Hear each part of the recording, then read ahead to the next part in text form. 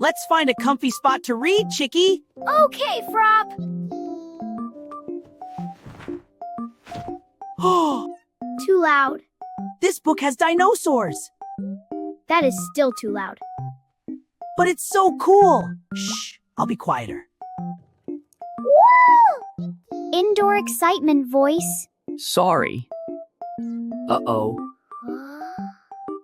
I think my face is preparing something. It's coming! Ooh, I can control this. no, you absolutely cannot.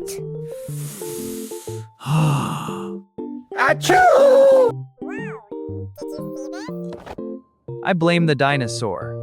We should relocate emotionally.